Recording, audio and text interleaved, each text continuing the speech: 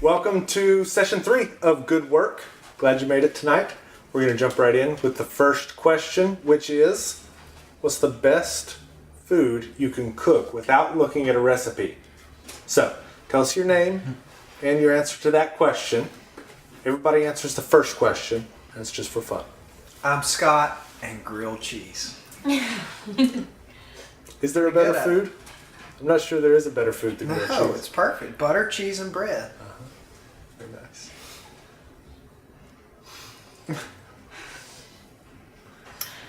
I'm Greg. Oatmeal. I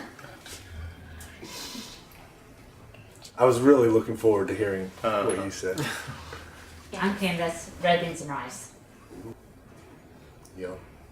I'm going the beans too. I'm Erin, and rice and lentils. All right.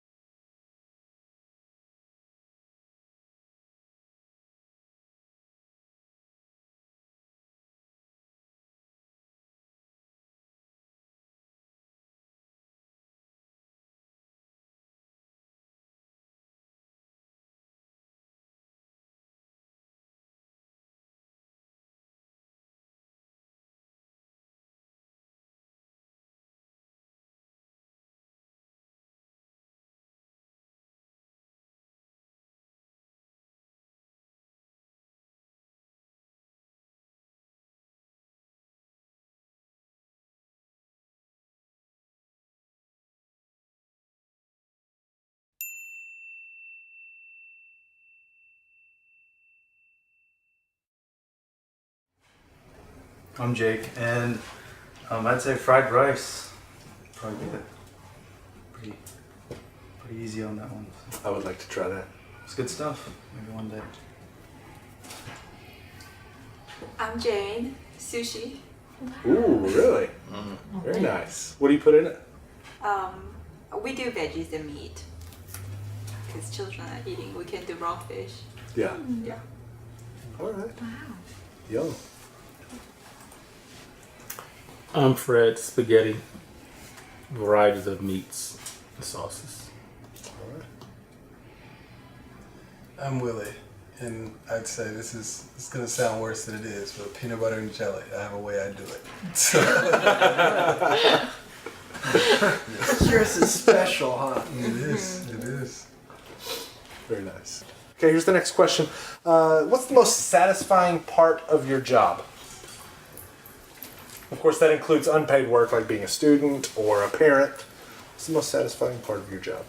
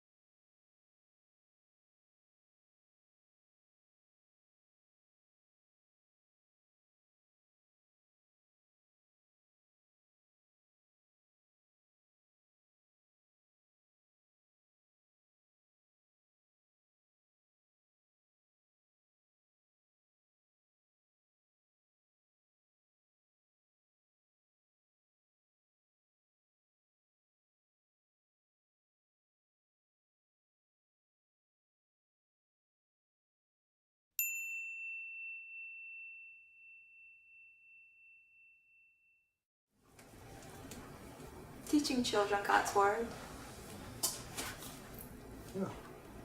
You get to teach your own children God's word. Good. Baptism. I can see that. I'm a teacher, and when my students learn and enjoy what I'm teaching in our classes, that's really satisfying.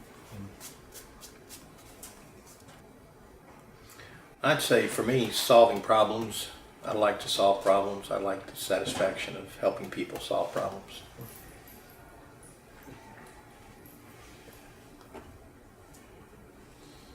So the point of the lesson tonight is the satisfaction that we find in work. It's more meaningful than the income, the money that we earn from it. We're in Ecclesiastes chapter 5, Ecclesiastes 5, 10 through 20. And in this passage, the preacher, which of course is probably Solomon, he pondered the futility of wealth and the joy that comes from work. So let's read Ecclesiastes chapter 5, verses 10 through 20. And this is the question that we're going to look for answers to. Why did Solomon think the satisfaction we find in work was more meaningful than the income that we earn from it? Okay? Why did Solomon think that the satisfaction that we find in work is more meaningful than the income that we get from it? Would somebody like to read Ecclesiastes chapter 5, verses 10 through 20 for us? I can read. Okay. 5:10. He who loves money will not be satisfied with money, nor who loves abundance with its income. This too is vanity. When good things increase, those who consume them increase. So what is the advantage to their owners except to look on? The sleep of the working man is pleasant, whether he eats little or much, but the full stomach of the rich man does not allow him to sleep. There is a grievous evil which I have seen under the sun, riches being hoarded by their owner to his hurt. When those riches are lost through a bad investment and he had fathered a son, then there was nothing to support him. As he had come naked from his mother's womb, so he will return as he came. He will take nothing from the fruit of his labor that he can carry in his hand. This also is a grievous evil. Exactly as a man is born, thus will he die. So what is the advantage to him who toils for the wind? Throughout his life he also eats in darkness with great vexation, sickness, and anger.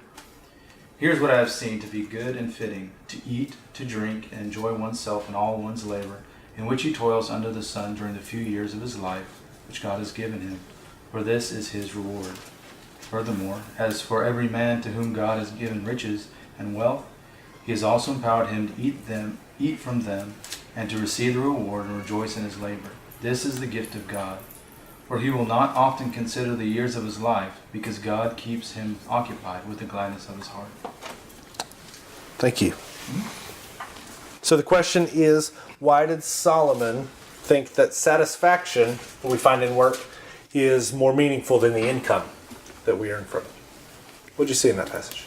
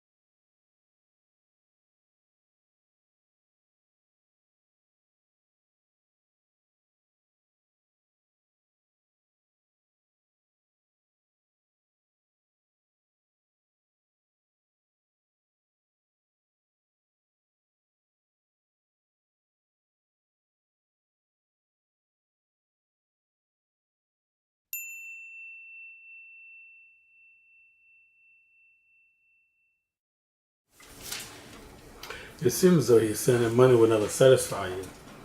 You always want more. Yet, from your work, employment, and what you get from that, you're able to rest, relax, and enjoy it. So it's actually possible to be satisfied from your work itself, but it's not really possible to be satisfied with money. Is that a fair statement of what he's saying? Sort of pushing it. Pushing it? You'll not be totally satisfied with money. Sure, it's not God. Well, yeah, you can't be totally satisfied with money, and you can't really even be totally satisfied with your work. You know, work isn't God. But I think it's fair to say there's a satisfaction that you can derive from work that is better than any satisfaction you can get from money. And it seems that he might even be saying in that first verse that the more you love money, the less satisfying it is. And I think we've probably seen that in life. Well, the challenge of verse 19 is to take what you gain from work and enjoy it. And so I think that's the satisfaction, that because of work, your joy in life can increase. It's not divorced from your money or your possessions. It's attached, but the source is the work. It's the work that produces all that. Also in verse 11, it said when goods increase, they increase who eat them. So the more you get, you find that the more people will gravitate toward you to consume whatever you have. And that's not necessarily the case when there's work to be done. That's right. If you're bringing home a painter's wages or something, you don't have 15 people trying to hit you up for money, you know.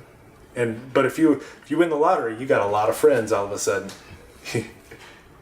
That money creates a lot of problems for you that you might not create if you're just making a okay wage. I get kind of the sense that with like a hard day's work, that is the end in itself, and there's not an expectation that in 20 years I'll still be living on this hard day's work. Whereas with money, it's uncertain, and we try to predict our lives based on it, but the truth is we can't. I think that's there's a futility to it that I think also sort of exists with hard work, but I don't think the expectation is the same. Yeah. I think it's certainly possible for humans to make work an idol, but it's a lot more often the case that we make money an idol. Yeah. I see a satisfaction that comes after a day's work with verse 12, with sweet is the sleep of a laborer. So with rest afterwards, you can sleep well. Mm-hmm.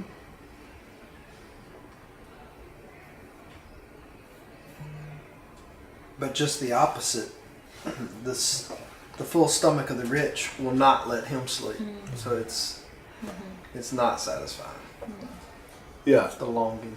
The guy who works hard all day, makes enough to have something to eat and go to sleep.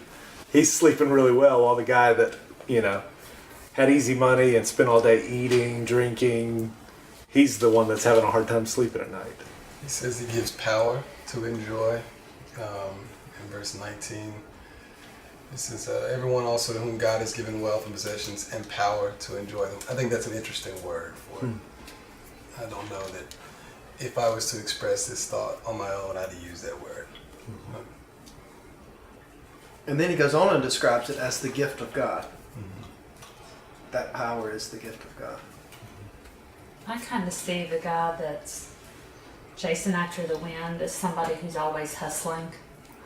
That's how I view people that's always trying to hustle for money. Hustle, hustle, hustle, hustle, hustle. Make a quick buck, make an easy buck. Yeah, make it. And then the next line is, moreover, all his days he eats in darkness and much vexation and sickness and anger. And that's how I view, like, they may be on the outside slick and shiny and hustling, but on the inside, that's how I view what's happening. And then their interpersonal lives they're sitting in darkness and constant, oh no, what's happening? Their security is constantly rocked. And I wonder, like, if they would quit chasing the wind, if I would quit chasing the wind, if we would quit chasing the wind, you know, what might the hustling would stop. Yeah, you could have some peace. Yeah. Good observation. In light of this passage, I have a good friend who used to deal drugs, and he said the mentality behind a drug dealer was he could make so much money so quickly that he could spend that money so quickly that he was actually always broke, because he always knew that there was another quick fix where he could make another large amount of money. And so he said there was no way, he said just the nature of that lifestyle, there was no way that you could ever have enough, because you would spend it. And so I just find that interesting from a drug dealer's perspective, and then that's exactly what Solomon says about it. Here's the next question. You know, income, it's part of the motivation for pretty much every job that we ever take, right? We take a job to earn money. And according to verse 19, that's not a bad thing. What might be a sign that you're focusing too much on the income that you earn or might earn in the future?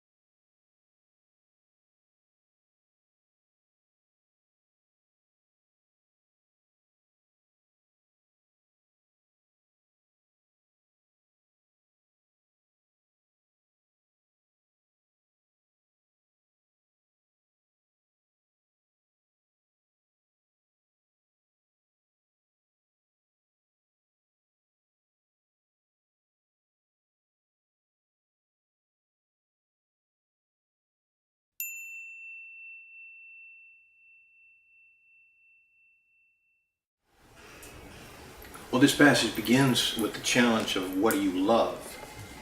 So if you love money and love wealth, you'll not be satisfied.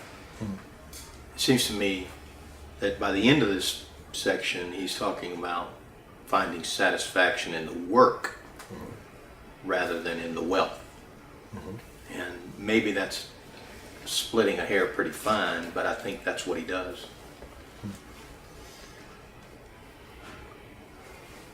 Which is interesting, I think, for my job, because everybody's paid the same no matter how hard you work. And so you get to see the people who really do care about what they're doing because it's not for money, it's for the kids and that sort of thing. Yeah. Stephanie's a teacher, of course. I think it's also perspective, because in verse 19, everyone also to whom God has given wealth and possessions and power to enjoy them and to accept his lot and rejoice in his toil. This is a gift from God. God is the giver. We didn't create it. We have to understand it's from God. Even the opportunity to enjoy what he's given us. It's a gift from God. The work is a gift from God. But sometimes we get it twisted where we think we have done this. We deserve this. It's a gift from God. God is the giver. And it's by his grace. It's not by what we have done in and of our own self and strength and might. Let's look at the next question. Think about a time that you took a job mainly because you needed the money. Could you find any wisdom in this passage that would have helped you at the time?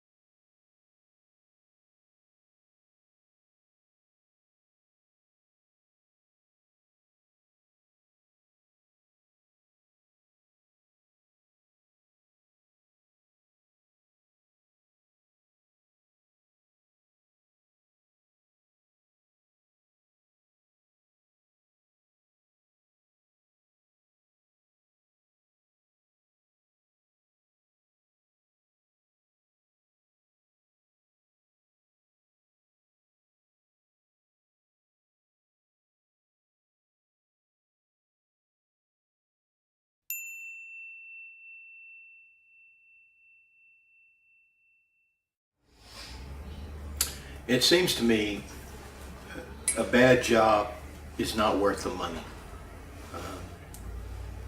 If you can't enjoy your work, then the reward or satisfaction of more money doesn't last. And I had a college job that paid above average, and enjoyed the money for a season. But then eventually I just got to where I just hated the job, and realized that it didn't matter how much money. I need to do something else. I remember when I got out of the Marine Corps from North Carolina, went to Alexandria, Virginia, Fairfax area, very expensive. Extremely expensive. And newly married, a child on the way, and I worked full-time as a manager of a law office, part-time at a jewelry store, went to college at night, bus manager, etc. But the thing with the job that I started with the law firm as a manager, I used to go in early, work during lunch, work late, get off, kiss the wife, go to school. It was tearing us up. And so we prayed about it. What shall we do? Because this is not good. I went in and spoke with the manager about compensation. No.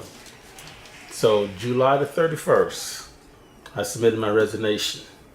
Did not have a job, any opportunities. And that was the day my second son was born.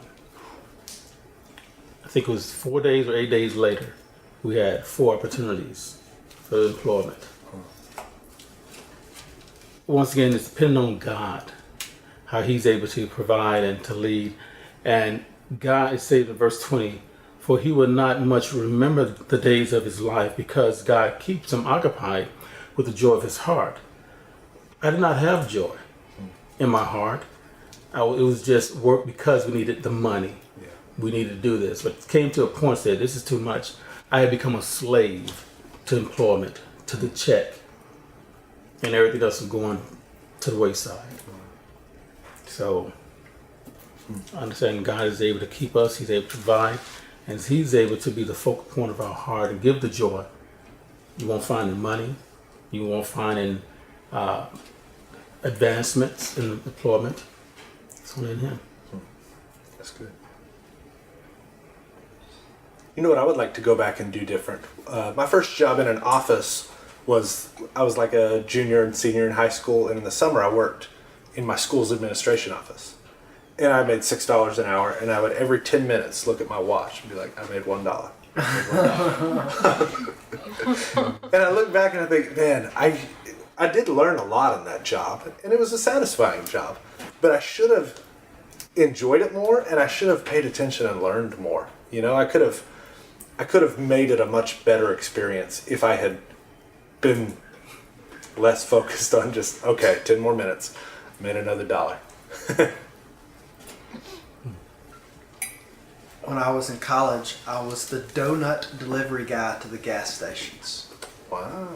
You didn't put that on your resume. So I missed the resume, but I was the donut for Shipley's Donuts. And so that delivery went from like 4 in the morning to 5 in the morning.